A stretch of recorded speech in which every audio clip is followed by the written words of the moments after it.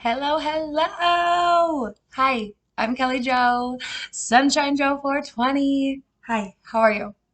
Thank you for tuning in. So this is a personal paid astrology birth chart reading. This is going to technically be part 3. So if you are tuning in, if you're the one I made this first chart for, I'm going to get back to, I think, not saying names. So we'll see how I do. But if this is for you, you obviously know what you're doing here. If you do not know what you're doing here, hello, I'm Kelly Joe. I am bringing astrology to a basic understanding front, offering natal birth chart readings, which is a breakdown of all of your planet placements in a really beautiful tied bow where you are able to understand and figure out things that make you feel really good, think about things that you can change, and just overall have more grace, compassion, and love for yourself. So, hi, I'm so glad you're here. If you are watching this and you are not subscribed, please subscribe, like, comment, share, tell everybody, spread the word. If you don't have a YouTube account, it literally takes 5 seconds. Do it. Do it, do it, do it. So like I mentioned, this is part 3. So we've already done part 1 was a sun in Pisces and then a moon in Taurus.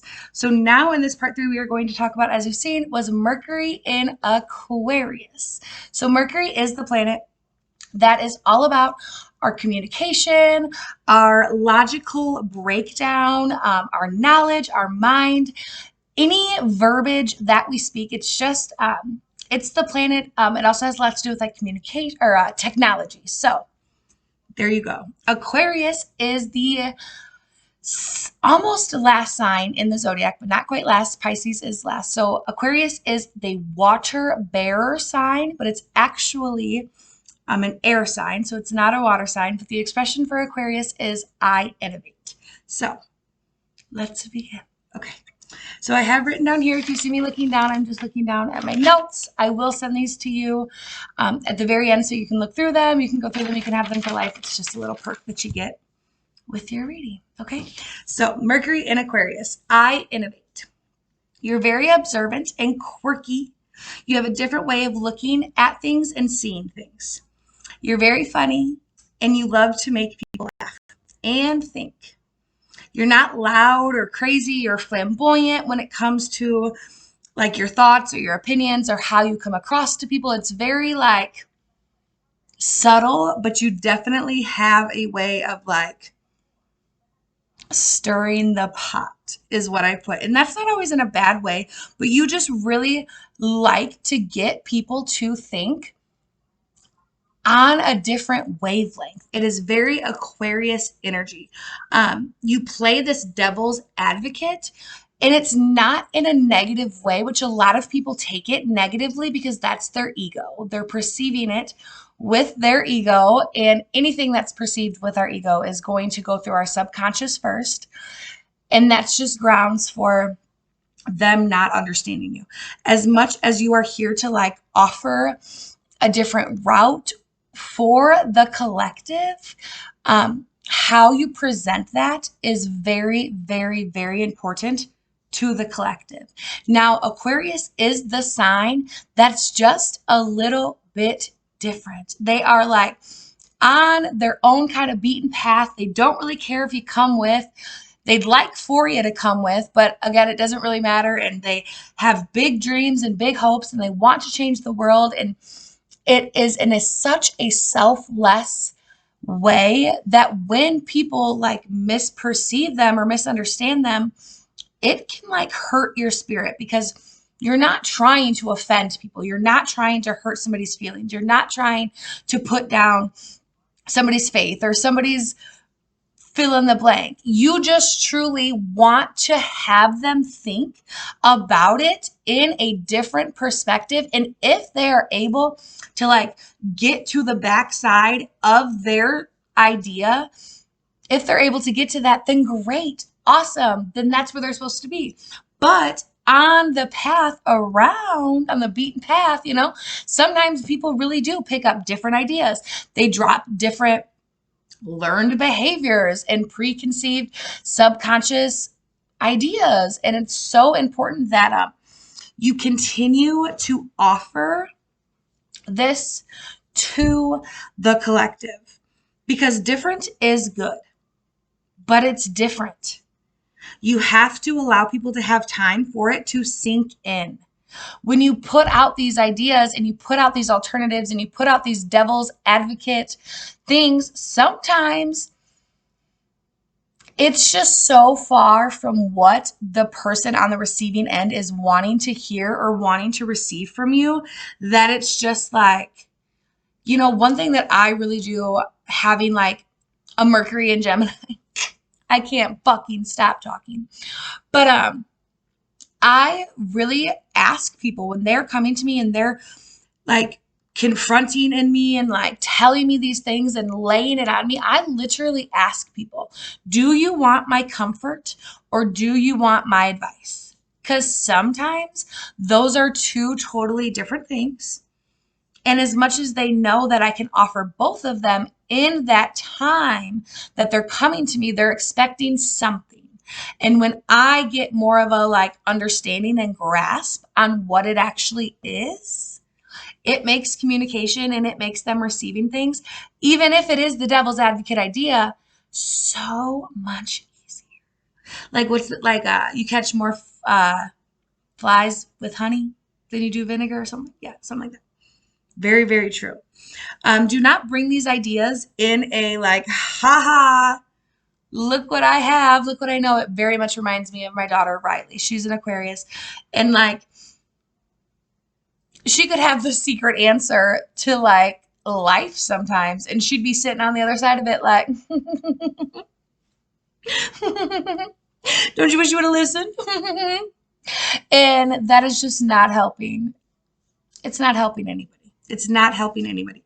Offer these alternatives and these pathways and these advocate alternatives in a very compassionate way and form. Allow yourself to come back down. Like what you know and what you see and what you understand and what you're going for is so crystal clear to you. It makes so much sense. But to somebody else, it doesn't. And so you have to understand, meet them where they're at. They know no different. They've done no different. They've thought about it in no different way. And when you give this to them in this more compassionate Pisces energy, it's going to be received so much more. So much more. I said, you're very serviceable and generous. Will likely find, it literally said this. It says, it will likely find your soul family. You will find your soul family through work and not necessarily blood. I said, oh, sister. I feel that. It says, your mind is always on and constantly moving, analyzing, if you will. You find the flaws and you see like the observations that other people don't, that they seem to miss. And sometimes like you don't know if somebody's choosing to not see the flaw in the situation on purpose. Like sometimes I understand that like my dreams and my vision and my ideas and like sometimes it's so big for other people to comprehend, but that doesn't mean it's not real. Like I just choose to like move past that. And excuse me, your attention to detail is admirable. But sis, are you sometimes missing the big picture or the big point? There's always a big picture. And if we're spending so much time being so analytical on every single detail, yes, you're finding the flaws. Yes, you're finding the things that other people aren't finding. But like in the end, is that serving you? Is that really serving you? Is that really helping you? You answer that. I said, you are helpful and you are here for the fucking collective. That is Aquarius energy. They are here to help change the world and they're here to, water bearer is the sign of Aquarius energy. They are here to pour water and to pour life on other people. Without you, we would be nothing. Without you, we would be nothing. How can I help? It's very your energy. I said, we count on you and we love you. You love to feel helpful, which is very projector energy, which you know about that. You can be prone to nervous tension. The root of your soul is nervous and causing tension within your body.